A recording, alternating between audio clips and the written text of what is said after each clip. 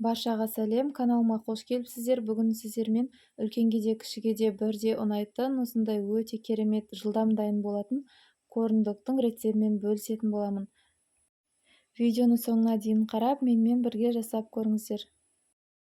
Ең алдымен ыдысымызға сүтімізді құйып аламыз, үстінен бір дана жұмыртқамызды саламыз. Сүттің салқын немесе жылы болғаны маңызды емес. Жарты шай қасық тұз саламыз. Дәміне қарай кішкене ғана қара бұрыш салып, барлығын венчиктің көмегімен жақсылап араластырып аламыз. Осындай біркелкі масса болған кезде алдын ала елекпен өткізіп өлшеп алған ұнымызды аз-аздан сала отырып 2-3 рет бөліп саламыз. Түйіршіктері қалмағанға дейін венчигімізбен жақсылап араластырып аламыз. Міндетті түрде 2-3 бөліп салыңыздар. Міне бізде дәл осындай масса пайда болады. Енді кезекте сосискаларымызды дайындап аламыз. Қабықтарын ажыратып, дәл осылай тура ортасынан бөліп алатын боламыз. Сосисканың кез келген өзіңіз қалаған түрінен қолдансаңыздар болады. Толық рецепті әдеттегінде астындағы описание бөлімінен таба аласыздар. Сосискаларымызды кесіп болған соң, осылай шпажкаларға қадап шығатын боламыз.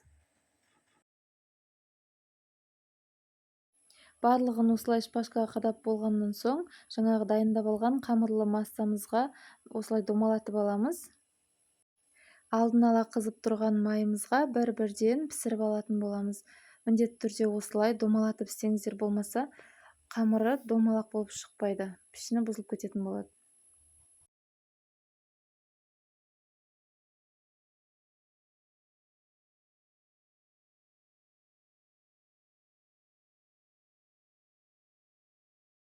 Қалған сосискаларымызды дәл осылай пісіріп аламыз.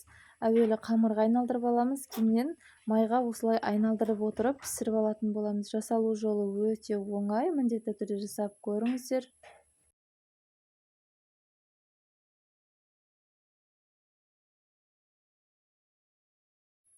Міне достар, осымен біздің корндогымыз дайын. Қараңыздар, қандай әдемі қып-қызыл болып шыққан, жасалу жолы да өте оп-оңай. Бұл әсіресе балаларға өте қатты ұнайды. Осылай кетчупқа батырып жесеңіздер, дәмі керемет үйлеседі. Жұмсақ, өте керемет дәмді болып шығады. Міндетті түрде дәл осы рецептпен жасап, балаларыңызды және де отбасыңызды қуантыңыздар. Видео рецепт сіздерге пайдалы болды деген ойдамын.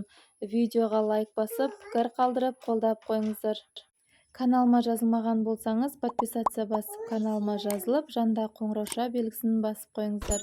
Назарларыңызға көп рахмет.